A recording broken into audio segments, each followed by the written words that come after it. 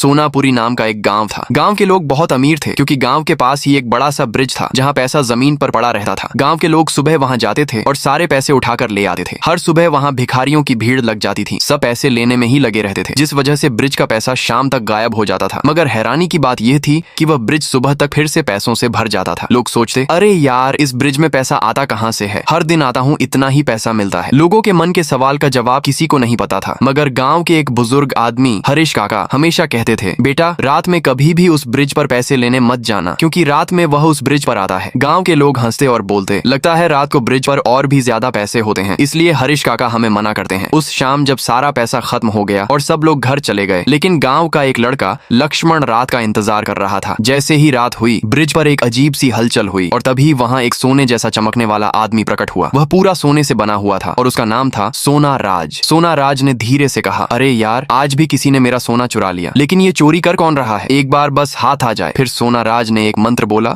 और पूरा ब्रिज फिर से सोने से भर गया और फिर वह वहां से चला गया। लक्ष्मण यह सब देख रहा था। वह चुपचाप ब्रिज पर गया और बोला, अब मैं यहाँ अकेला हूँ और यह सारा सोना मेरा है। लक्ष्मण ने धीरे धीरे करके पूरा ब्रिज खाली कर दिया और वहां से चला गया। सुबह जब लोग आए तो उन्होंने देखा कि पूरा ब्रिज खाली पड़ा हुआ था। लोग चौंक गए, अरे ये खजाना कहाँ चला गया? सबको लगा वह जादू अब खत्म हो गया, मगर सच्चाई सिर्फ लक्ष्मण को पता थी। उस दिन के बाद लक्ष्मण हर रात आता और सोना राज के आने का इंतजार करता। जैसे ही सोना राज ब्रिज पर सोना रखकर जाता, लक्ष्मण चुपचाप जाकर सब चुरा लेता। धीरे धीरे लक्ष्मण गांव में सबसे अमीर हो गया, मगर धीरे धीरे गांव वालों का सोना खत्म होने लगा और वे गरीब होते चले गए। आखिर में सभी लोगों को लक्ष्मण से मदद मांगनी पड़ी, मगर लक्ष्मण अब पहले जैसा नहीं था। पैसे ने उसे घमंडी बना दिया था, मगर वह नहीं जानता था कि एक दिन यह पैसा उसे ही ले डूबेगा। फिर एक रात हमेशा की तरह लक्ष्मण ब्रिज पर इंतजार कर रहा था, लेकिन देर तक इंतजार करने के बाद भी सोना राज नहीं आया। लक्ष्मण परेशान हो गया और ब्रिज के नीचे गया, लेकिन वहां कोई नहीं था। तभी लक्ष्मण को गांव के अंदर से लोगों की चिल्लाने की आवाज आई। उसका चेहरा पीला पड़ गया। सोना राज को पता चल चुका था कि लक्ष्मण ही उसका सोना चुरा रहा था। अब वह उसे ढूंढ रहा था